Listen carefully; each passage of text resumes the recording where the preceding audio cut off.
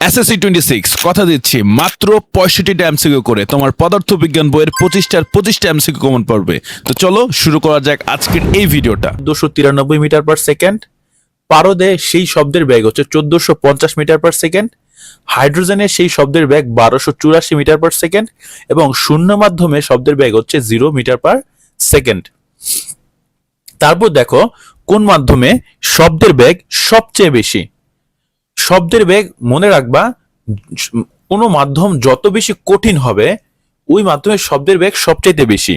অর্থাৎ তুমি দেখবা তোমার অপশনে সবচাইতে কঠিন বস্তু কোনটা, যেই বস্তু যত বেশি কঠিন ওই বস্তু দিয়ে শব্দ তত বেশি চলাচল করতে পারে, যত দ্রুত বেশি চলাচল করতে পারে, মনে থাকবে যেন। অর্থাৎ তোমার যে চারটা অপশনের ভিতরে একটা অপশন কঠিন বস্তু থাকে, তাহলে মনে রাখবা সেটা হচ্ছে তোমার শব্দের বেগ ওটাতে সবচেয়ে বেশি। এখন কঠিন হিসেবে কি কি থাকতে পারে? লোহা, হীরা অথবা এনিথিং, যে কোনো কঠিন পদার্থই থাকতে পারে। বাট একই অপশনে যদি তোমার লোহা এবং হীরা থাকে, মনে রাখবা তুমি হীরা সিলেক্ট করবা, কারণ পৃথিবীর সবচাইতে সলিড অথবা সবচাইতে কঠিন বস্তু হচ্ছে হীরা। অর্থাৎ তোমার একই অ্যাপসিকিউতে যদি হীরা এবং লোহা দুইটাই থাকে, তাহলে তোমাকে হীরা সিলেক্ট করতে হবে, যে হীরাতে শব্দের বেগ পৃথিবীর সবচাইতে বেশি। এবং পক্ষান্তরে কোন মাধ্যমে শব্দের বেগ সবচেয়ে কম? অর্থাৎ ঘেঁষীয় মাধ্যমগুলোতে শব্দের বেগ সবচাইতে কম। তরলে হচ্ছে মিডিয়াম এবং কঠিনের সবচাইতে বেশি এবং ঘেঁষীয় মাধ্যমে তোমার শব্দের বেগ সবচাইতে কম। আমাদের লিস্টের 15 নম্বর এমসিকিউটার নাম হচ্ছে সোনার। সোনার হচ্ছে সাউন্ড নেভিগেশন অ্যান্ড র্যাঙ্কিং। সোনারের পুনরূপ sound navigation and ranking. Sonar কিসে ব্যবহৃত হয়? সোনার ব্যবহৃত হয় সমুদ্রের গভীরতা নির্ণয়ে। সোনার ব্যবহৃত হয় সমুদ্রের গভীরতা নির্ণয়ে সোনার ব্যবহৃত হয়। তারপর এসআই পদ্ধতিতে শব্দের তীব্রতার একক কোনটা? মনে রাখবা এইখানে আইসা মোস্ট অফ দ্য স্টুডেন্ট প্যাচ বাজায় ফেলায় যে শব্দের তীব্রতা কোনটা আর শব্দের তীক্ষ্ণতা কোনটা। শব্দের তীব্রতার একক হচ্ছে ওয়েবার পার মিটার স্কোয়ার। শব্দের তীব্রতার একক হচ্ছে ওয়েবার পার মিটার স্কোয়ার এবং শব্দের তীক্ষ্ণতার একক হচ্ছে হার্জ। এটা আরো একটা একক আছে, পার সেকেন্ড। শব্দের তীক্ষ্ণতা হচ্ছে আমাদের কম্পাঙ্ক। কম্পাঙ্কের আরেকটা নাম হচ্ছে শব্দের তীক্ষ্ণতা। এই শব্দের তীক্ষ্ণতার একক হার্জ, কম্পাঙ্কের একক হার্জ অথবা পার সেকেন্ড। বাট শব্দের তীব্রতার একক হচ্ছে ওয়েবার পার মিটার স্কোয়ার। একটু ভালো করে দেখে এমসিকিউটা ভরাট করার চেষ্টা করবা। শব্দের তীব্রতা একটা জিনিস, তো শব্দের তীক্ষ্ণতা আরো একটা জিনিস। কথা বুঝতে পারছো কি বলছি? তারপর যদি যাই, কোন নির্দিষ্ট মাধ্যমে শব্দের কম্পাঙ্ক বৃদ্ধি করলে কমবে হচ্ছে পর্যায়কাল আর বাড়বে হচ্ছে তরঙ্গ দৈর্ঘ্য। মাথায় রাখবা, কম্পাঙ্ক বৃদ্ধি করলে তোমার পর্যায়কাল কমবে এবং তরঙ্গ দৈর্ঘ্য বাড়বে। এখন যদি তোমার পরীক্ষায় আসে কোন নির্দিষ্ট মাধ্যমে শব্দের কম্পাঙ্ক হ্রাস করলে কি ঘটবে, তা হ্রাস করলে তার বিপরীত কাহিনী ঘটবে, পর্যায়কাল বৃদ্ধি পাবে আর তরঙ্গ দৈর্ঘ্য হ্রাস পাবে। সো এতটুকু নলেজ তোমাকে কিন্তু অবশ্যই খাটাতে হবে।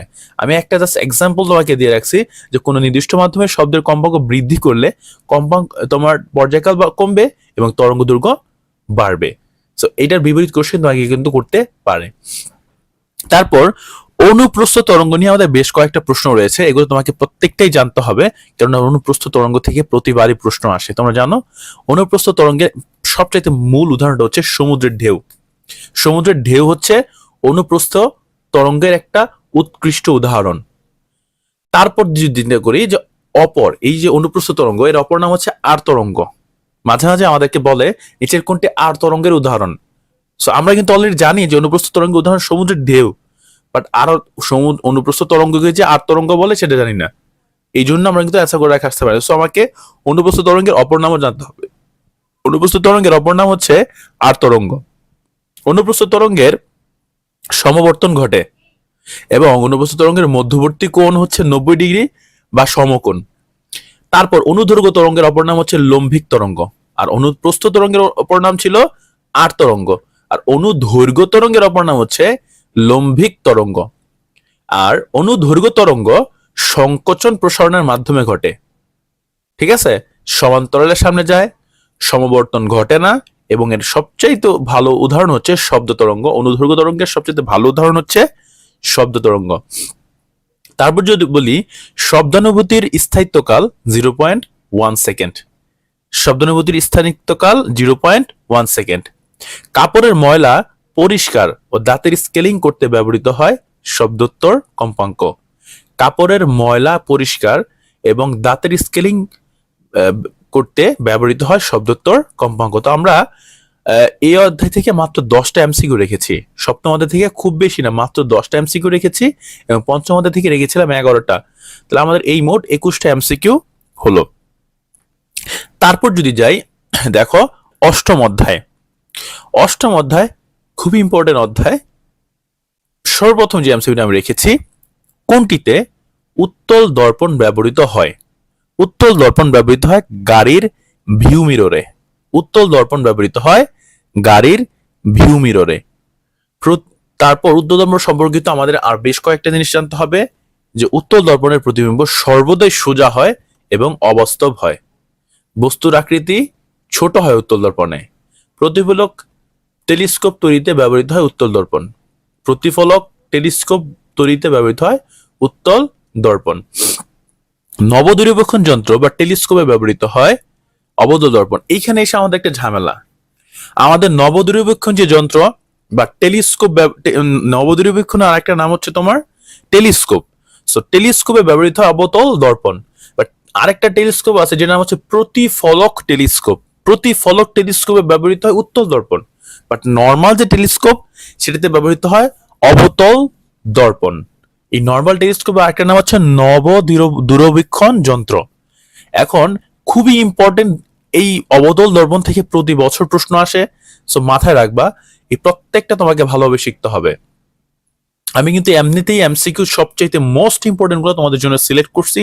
সো এইখান থেকে একটা এমসিকিউ তুমি বাদ দিবা না। তোমাকে বলছি কি, বুঝছো কি বলছি?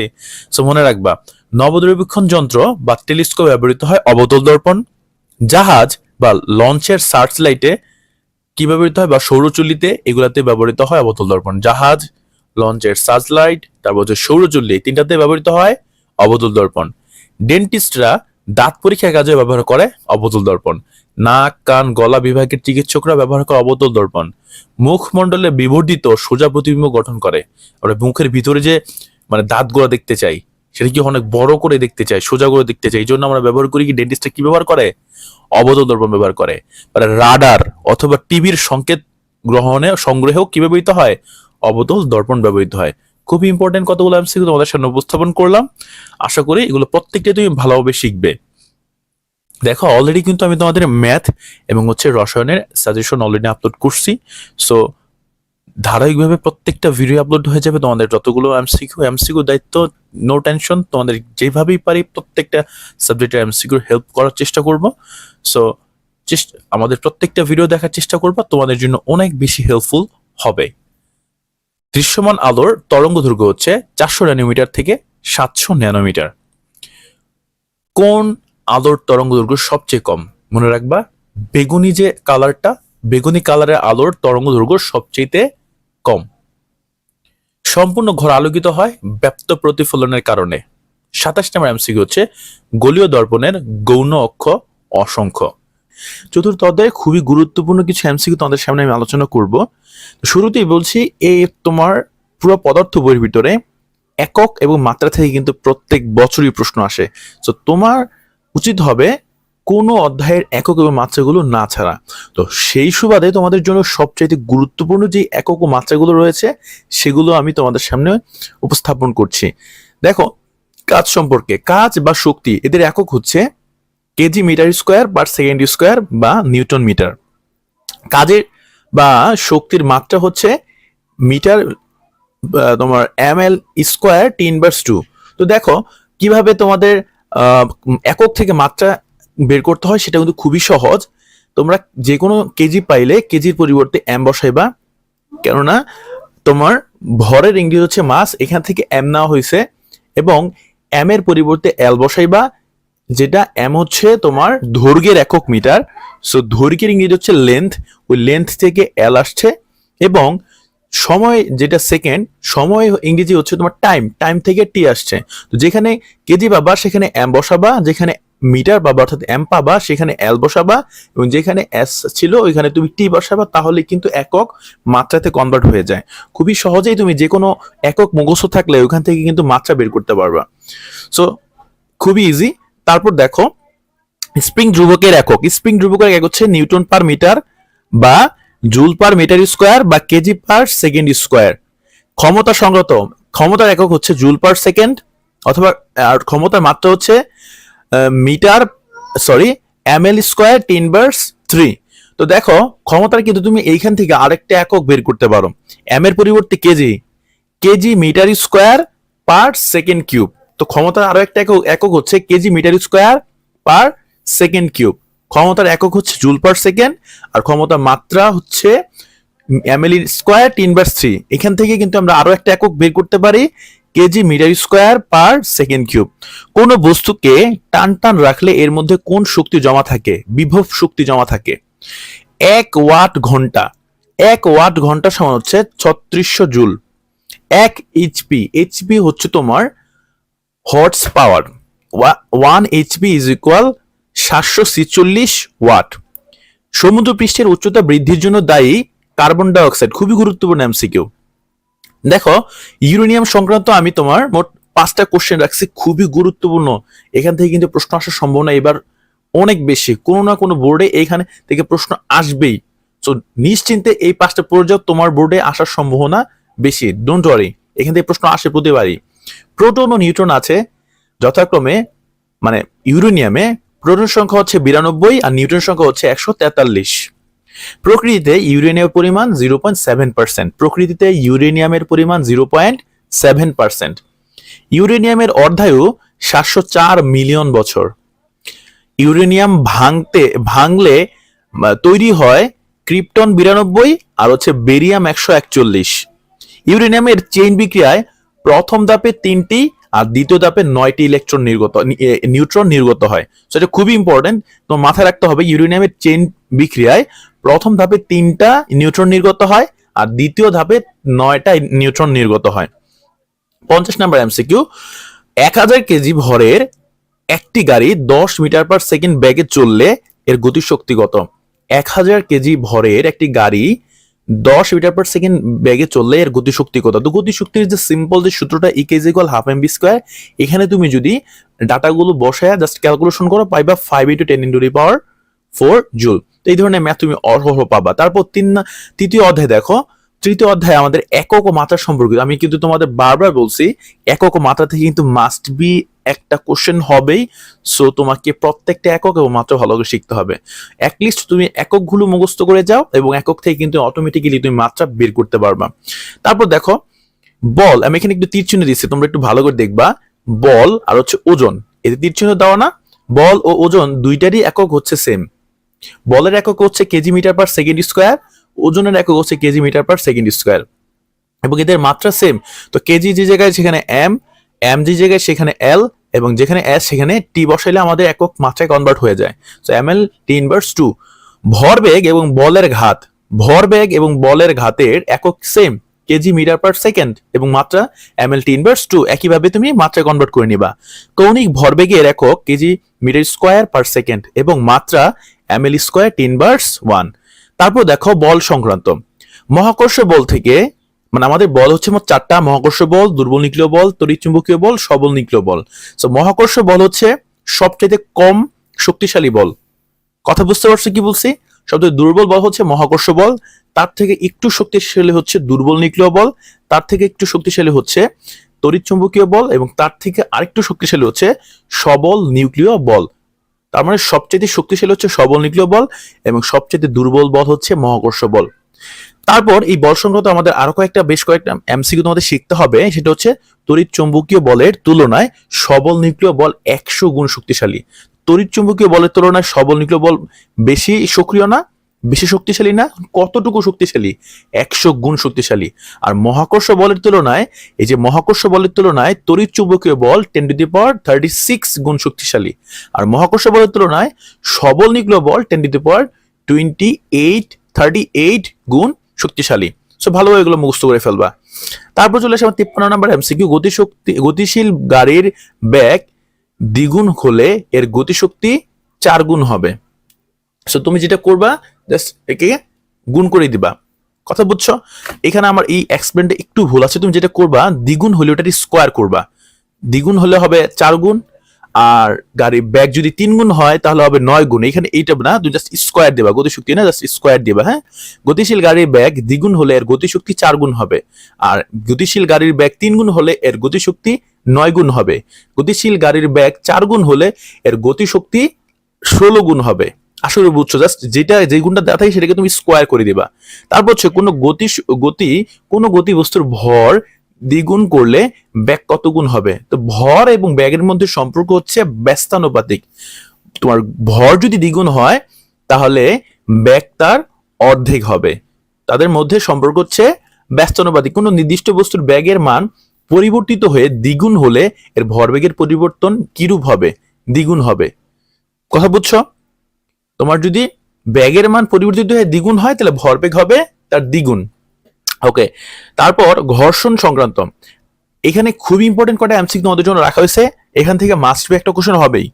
প্যারাশুটে চড়ে নিচে নামার ক্ষেত্রে কোন ধরনের বল কাজ করে? প্রবাহী বল কাজ করে। প্যারাশুট থেকে যখন তুমি নিচে নামবা তখন তোমার প্রবাহী বল কাজ করবে। উড়ন্ত পাখির মধ্যে কোন ঘর্ষণ ক্রিয়া কাজ করে? প্রবাহী ঘর্ষণ। সাইকেলের চাকার সাথে রাস্তার যে ঘর্ষণ হয় সেটা হচ্ছে আবর্ত ঘর্ষণ। আর কর্দমাক্ত রাস্তায় তুমি তো হাঁটতে পারো না, তাই না? তো হাঁটতে গিয়ে পড়ে গেলে কোন ঘর্ষণে কাজ হয়? পিছলানো ঘর্ষণ। কোনটি অসংরক্ষণশীল বল? ঘর্ষণ বল। তারপর চলে আসে আমাদের অভিকর্ষ ত্বরণ সংক্রান্ত কিছু এমসিকিউ, খুবই ইম্পর্টেন্ট। অভিকর্ষ ত্বরণ জি এর মান সর্বোচ্চ হচ্ছে মেরু অঞ্চলে। অভিকর্ষ ত্বরণ জি এর মান মেরু অঞ্চলে সবচেয়ে বেশি আর বিষুবীয় অঞ্চলে সবচেয়ে কম। ওজন যেহেতু অভিকর্ষ ত্বরণের উপর নির্ভরশীল, তাই যেখানে অভিকর্ষ ত্বরণের মান বেশি সেখানে ওজনটা বেশি হবে, আর যেখানে অভিকর্ষ ত্বরণের মান কম সেখানে ওজনও কম হবে। তাই মেরু অঞ্চলে এখান থেকে কিন্তু আমার বেশ কয়েক ধরনের এমসিকিউ হতে পারে যে মেরু অঞ্চলে কোন অঞ্চলে অভিকর্ষ ত্বরণের মান কম হয়, এটা একটা এমসিকিউ হতে পারে। মেরু অঞ্চলে কোনো কিছুর ভর বা ওজন কেমন থাকে? বেশি কম? অবশ্যই বেশি। মেরু অঞ্চলে যেহেতু অভিকর্ষ ত্বরণের মান বেশি তাই এর ওজনটাও বেশি। সো পদার্থের জড়তার পরিমাপ হচ্ছে ভর। নিউটনের গতির প্রথম সূত্র থেকে কোন দুটি বিষয়ের উপর ধারণা পাওয়া যায়? বল ও জড়তা। মহাকর্ষ বল সংক্রান্ত দেখো, গ্যালাক্সির ভিতর নক্ষত্রগুলো ঘুর খায়, এটাও মহাকর্ষ বলের কারণে। যদিও সবচেয়ে দুর্বল বল হচ্ছে মহাকর্ষ বল, কিন্তু এই যে গ্যালাক্সির ভিতরে যত নক্ষত্র ঘুরপাক খাচ্ছে তা কিন্তু মহাকর্ষ বলের কারণে খাচ্ছে। কেননা মহাকর্ষ বল অনেক দূরত্ব পর্যন্ত কাজ করতে পারে। কথা বুঝছো? এই জন্য এই মহাকর্ষ বলটা দুর্বল হলেও এটা অনেক বেশি ইম্পর্টেন্ট। আর মহাকর্ষ বল হচ্ছে সবগুলো বলের ভিতরে সবচাইতে দুর্বল বল। পদার্থবিজ্ঞানের সবচাইতে চমকপ্রদ বল হচ্ছে মহাকর্ষ বল।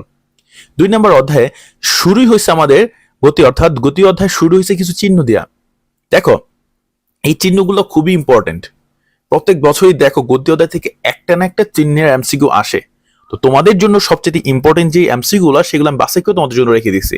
দেখো, স্মরণ আর সময়ের মধ্যে যে গ্রাফটা সেটা হচ্ছে ঠিক এরকম ঢেউ খেলানো, আর ব্যাগ আর সময়ের মধ্যে একদম সোজা। জাস্ট এগুলো লিখে তুমি ভালোভাবে বুঝে বুঝে মুখস্থ করে ফেলো, সবচেয়ে বেটার হবে। ব্যাগ এবং সময়ের মধ্যে এইটা দেখো, ব্যাগ এবং সময় এই দুইটাই হচ্ছে ব্যাগ ও সময়, বাট এটা হচ্ছে পরন্ত বস্তুর ক্ষেত্রে সোজা উপর দিকে উঠবে আর নিক্ষেপ্ত বস্তুতে সোজা নিচের দিকে নামবে। আর স্মরণ এবং সময় এই দুইটা কিন্তু স্মরণ এবং সময়, বাট এটা হচ্ছে সুষম ত্বরণ, এটা হচ্ছে সমবেগ। এটা গেছে এবার বক্রভাবে, এটা গেছে একদম সোজা। তারপর ত্বরণ এবং সময়ের মধ্যে হচ্ছে তোমার কি, এটা নিক্ষেপ বস্তু, একদম সোজা স্ট্রেট লাইন। উচ্চতা এবং সময়ের মধ্যে এইটা নিক্ষিপ্ত বস্তু। ভালোভাবে এই চিহ্নগুলো শিখে যাবা, এখান থেকে একটা না একটা কমন পড়ে যাবে, ডোন্ট ওয়ারি। নিশ্চিন্তে এগুলো ভালোভাবে শিখে যাও। মহাকর্ষীয় ধ্রুবক জি এর মান 6.67 × 10⁻11 newton metre square per KG square. একটি বস্তুর সরল পথে 10 মিটার অগ্রসর হয়ে সেখান থেকে একই পথে 4 মিটার ফিরে এলো, দূরত্ব স্মরণের মধ্যে পার্থক্য কি? দেখো, দূরত্ব হচ্ছে তুমি মোট কতটুকু গেলা, আর স্মরণ হইতেছে যে তোমার আদি অবস্থান থেকে শেষ অবস্থান, তুমি যেখানে ছিলা আর বর্তমানে কোথায় আসো সেই মধ্যবর্তী অংশটুকু বলা হয় স্মরণ। এখন তুমি একটা সরল পথে 10 মিটার গেলা, আবার 4 মিটার ফিরে আসলা, দূরত্ব হচ্ছে মোট 14 মিটার। কিন্তু ওই সরল পথে তুমি 10 মিটার যায় আবার 4 মিটার ব্যাক করার কারণে বর্তমান অবস্থান তোমার আদি অবস্থান থেকে 6 মিটার দূরত্বে আছে, তাই তার সরণ হচ্ছে 6 মিটার, বাট দূরত্ব কিন্তু সে মোট 14 মিটার অতিক্রম করছে, তাই দূরত্ব থেকে সরণের 6 মিটার বাদ দিলে হয় 8 মিটার। আশা করি বুঝতে পারছো। বাঁকা পথে গতিশীল একটি বস্তুর আদি ও শেষ অবস্থানের সরলরৈখিক দূরত্ব হলো সরণ। এক কথায় সে কোথায় ছিল আর এখন কোথায় আছে, জাস্ট এতটুকুর পার্থক্যই বলা হয় তাই সরণ। গতির সমীকরণ মোট 5টা, ঠিক আছে। নিউটন বলছে যে গতির সমীকরণ হচ্ছে মোট 4টা, আর গতি সংক্রান্ত মোট রাশির সংখ্যা হচ্ছে 5টা। সমীকরণ 4টা, বাট গতি সংক্রান্ত মোট রাশির সংখ্যা হচ্ছে 5টা। এই পরন্ত বস্তুর এই সূত্র ভালো করে মনে রেখো। পরন্ত বস্তুর দ্বিতীয় সূত্র হচ্ছে তোমার কারে নেয়া, বেগ এবং সময়। বেগ এবং সময়ের মধ্যে সম্পর্ক হচ্ছে বেগ সময়ের সমানুপাতিক। আর তৃতীয় নম্বর সূত্র হচ্ছে উচ্চতা এবং সময়ের মধ্যে সম্পর্ক। উচ্চতা সময়ের বর্গের সমানুপাতিক। এই দুটো সূত্র কে দিছে? গ্যালিলিও দিছে। পরন্ত বস্তু সংক্রান্ত যে সূত্রগুলো সেগুলো দিছে গ্যালিলিও। তারপর 65 নম্বর এমসিকিউ, একটি মুক্ত ভাবে পরন্ত বস্তু 5 সেকেন্ডে 25 মিটার দূরত্ব অতিক্রম করে, 6 সেকেন্ডে বস্তুটি আর কত দূরত্ব যাবে? একদম সিম্পল, জাস্ট তুমি এখান থেকে ক্যালকুলেট করে বের করে দেখবা 6 সেকেন্ডে যাবে হচ্ছে 11 মিটার। তারপর গতি সংক্রান্ত আরো কিছু এমসিকিউ আছে। একটি বাক্সকে ধাক্কা দিলে এটি না উল্টিয়ে যে গতি লাভ করে তা চলন গতি। ঘূর্ণায়মান চাকা বিবেচনায় না আনলে সোজা পথে এগিয়ে যাওয়া একটি গাড়ির গতি চলন গতি। বৈদ্যুতিক পাখার গতি কি রকম গতি? ঘূর্ণন গতি। কোন গতি বৃত্তাকার, উপবৃত্তাকার বা সরলরৈখিক হতে পারে? পর্যায়বৃত্ত গতি। মনে রাখবা, বৃত্তাকার, উপবৃত্তাকার এবং সরলরৈখিক হতে পারে কি? তোমার পর্যায়বৃত্ত গতি। সূর্যকে ঘিরে হেলির ধূমকেতু, এটাও পর্যায়বৃত্ত গতি। ঘড়ির কাঁটার গতি, সরল দোলকের গতি, গিটারের তারের গতি, এগুলো সবই হচ্ছে পর্যায়বৃত্ত গতি। সো পর্যায়বৃত্ত গতি কিন্তু বেশ কয়েকটা উদাহরণ দেওয়া আছে। ঘড়ির কাঁটার গতি, সরল দোলকের গতি, গিটার তারের গতি, বলছে সূর্যকে ঘিরে হেলির ধূমকেতু, সবই হচ্ছে তোমার পর্যায়বৃত্ত গতির উদাহরণ। সরল স্পন্দন গতি, দোলনার গতি, আর স্প্রিং এর গতি হচ্ছে সরল স্পন্দন গতি। পেট্রোল ইঞ্জিনের সিলিন্ডারের মধ্যে পিস্টনের গতি হচ্ছে পর্যায়বৃত্ত গতি। সূর্যকে ঘিরে পৃথিবীর গতি হচ্ছে পর্যায়বৃত্ত গতি। সূর্যকে ঘিরে হেলির ধূমকেতু সেইটাও পর্যায়বৃত্ত, সূর্যকে ঘিরে পৃথিবীর গতি সেইটাও পর্যায়বৃত্ত গতি। তারপর 67 নম্বর এমসিকিউটা হচ্ছে 100 মিটার ব্যাসার্ধ বিশিষ্ট একটি বৃত্তাকার পথ একবার ঘুরে আসতে এক ব্যক্তির সময় লাগে 2 মিনিট। 1 মিনিট ঘোরার পর তার সরণ কত? তো এখান থেকে যাত্রা শুরু পুরোটা ঘুরে আসতে যদি তার সময় লাগে 2 মিনিট, তাহলে এখান থেকে যখন 1 মিনিট যাইবো তখন সে কতটুকু দূর অতিক্রম করবো? কথা বুঝো না? ব্যাসার্ধ যদি 100 মিটার হয় তাহলে ব্যাস হবে 200 মিটার, তাহলে সে ব্যাস বরাবর দূরত্ব অতিক্রম করছে, তাই তার দূরত্ব হবে 200 মিটার। তারপর হচ্ছে একটি বস্তুকে উলম্ব ভাবে 196 মিটার পার সেকেন্ড বেগে উপরের দিকে নিক্ষেপ করা হলো, 20 সেকেন্ড পর এর বেগ হবে 0 মিটার পার সেকেন্ড। তো আমরা এখানে কি সলিউশনটা সুন্দর মতো দেওয়া আছে, একবার দেখলেই তুমি কিন্তু বুঝে ফেলবা। এই যে 69 নাম্বার এমসিকিউটা, এই ধরনের এমসিকিউ কিন্তু অনেক বেশি ইম্পর্টেন্ট তোমাদের জন্য। 54 কিলোমিটার পার আওয়ার কি তুমি জাস্ট মিটার পার সেকেন্ডে কনভার্ট করবা কিভাবে? দেখো, আওয়ার থেকে তুমি যদি সেকেন্ডে যেতে চাও 1000 দিয়ে গুণ করবা, আর কিলোমিটার থেকে মিটার যাইতে হলে তোমাকে 3600 দিয়ে ভাগ করতে হবে। কিলোমিটার থেকে যখন তুমি মিটার যেতে চাও 1000 দিয়ে গুণ করবা, আর পার আওয়ার থেকে পার সেকেন্ড যেতে হলে তোমাকে 3600 দিয়ে ভাগ করতে হবে। করলেই তুমি জাস্ট ক্যালকুলেশন করলে বের হয়ে যাবে। এরকম যে কোনো কিলোমিটার পার আওয়ারকে তোমার যে কোনো মিটার পার সেকেন্ডে কনভার্ট করে শিখতে হবে, অর্থাৎ এটা তোমাকে বুঝে করতে হবে। তারপর আমরা চলে যাই প্রথম অধ্যায়ে। দেখো, প্রথম অধ্যায় হচ্ছে একক কনভার্সন। একক কনভার্সন 1 পিকো মিটার বা 1 পিকো ফ্যারাড সমান হচ্ছে 10^12 মিটার অথবা 10^10 সেন্টিমিটার। 1 পেটামিটার বা 1 পেটা ফ্যারাড মানে হচ্ছে 10^15 মিটার অথবা 10^17 সেন্টিমিটার। এগুলো ভালোভাবে শিখবা। 1 ফেমটোমিটার বা 1 ফেমটোফ্যারাড অথবা 1 ফেমটো সেকেন্ড সমান হচ্ছে 10^15। তারপর হচ্ছে 1 ন্যানোমিটার, এগুলো প্রত্যেকটা তুমি ভালোভাবে শিখবা। 1 ন্যানোমিটার সমান হচ্ছে 10^9 মিটার। 1 ন্যানোফ্যারাড সমান হচ্ছে 10^9 ফ্যারাড। 1 ন্যানো সেকেন্ড সমান হচ্ছে 10^9 সেকেন্ড। 1 মাইক্রোমিটার সমান হচ্ছে 10^6 মিটার। 1 টেরাগ্রাম সমান হচ্ছে 10^12 গ্রাম। 71 নম্বর এমসিকিউ, সূর্যগ্রহণ সম্পর্কিত ভবিষ্যৎবাণীর জন্য বিখ্যাত নিচের কোন প্রাচীন বিজ্ঞানী? থেলিস। সূর্যগ্রহণ সম্পর্কিত ভবিষ্যৎবাণীর জন্য বিখ্যাত নিচে কোন প্রাচীন বিজ্ঞানী? থেলিস। পরীক্ষামূলক বৈজ্ঞানিক পদ্ধতি প্রবক্তা হচ্ছে রজার ব্যাগন। তারপর হচ্ছে বায়ু পাম্প কে আবিষ্কার করেন? ভন গুয়েরিক। বায়ু পাম্প আবিষ্কার করেন ভন গুয়েরিক। এই ধরনের এমসি কিন্তু ভালোভাবে মুখস্থ করে যাবা। স্মরণ, গতি, ত্বরণ, সময় ইত্যাদি সংজ্ঞা প্রদান করেন কোন বিজ্ঞানী? গ্যালিলিও। পাখির উড়া পর্যবেক্ষণ করে কোন বিজ্ঞানী উড়োজাহাজের মডেল তৈরি করেছিলেন? Leonardo da Vinci. সূর্যকেন্দ্রিক সৌরজগতের প্রবক্তা হচ্ছে গ্যালিলিও, বাট ওই সৌরজগতের ব্যাখ্যা করেন কোপার্নিকাস। সো ভালোভাবে বুঝবা, একজন হচ্ছে এটার প্রবক্তা অর্থাৎ গ্যালিলিও, আর ওই সৌরজগতের ব্যাখ্যা প্রদান করে কোপার্নিকাস। আপেক্ষিক তত্ত্বের প্রতিষ্ঠাতা কে? আপেক্ষিক তত্ত্বের প্রতিষ্ঠাতা হচ্ছে আলবার্ট আইনস্টাইন। সৌরজগতের ব্যাসার্ধ 6 × 10⁻12 মিটার। ঘনকোণের একক কোনটি? ঘনকোণের একক হচ্ছে স্টেরেডিয়াম। খুবই ইম্পর্টেন্ট একটা এমসিকিউ। ঘনকোণের একক হচ্ছে স্টেরেডিয়াম। তারপর হচ্ছে কোন স্লাইড ক্যালিপার্সে ভার্নিয়ার ধ্রুবকের মান 0.005 সেন্টিমিটার হলে ভার্নিয়ার স্কেলের ভাগ সংখ্যা কত? এখানে সুন্দর মতো সূত্র দিছি এবং ভাঙা ভাঙা এমসিকিউ গুলো করে দিছি। সো তোমাকে এমসিকিউটা একবার করলেই তুমি বুঝে ফেলবা। প্রধান স্কেলের পাঠ 12 মিলিমিটার, ভার্নিয়ার সমাপতন 7 এবং ভার্নিয়ার ধ্রুবক হচ্ছে 0.10 মিলিমিটার হলে পাঠ কত? 1.27 সেন্টিমিটার। সুন্দর মতো এখানে সূত্রটা বসায় আমি অঙ্কটা সলিউশন করে দিচ্ছি। একবার সলিউশন করলেই তুমি কিন্তু বুঝে ফেলবা। ডি ব্যাস ও এইচ উচ্চতা বিশিষ্ট কোন সিলিন্ডারের আয়তন নির্ণয়ের সূত্র কোনটি? 1/4 পাই ডি স্কোয়ার এইচ। যদি ভার্নিয়ার স্কেলের 10 ঘর প্রধান স্কেলের 9 ঘরের সমান হয় তবে ভার্নিয়ার ধ্রুবক কত হবে? 0.1 মিলিমিটার।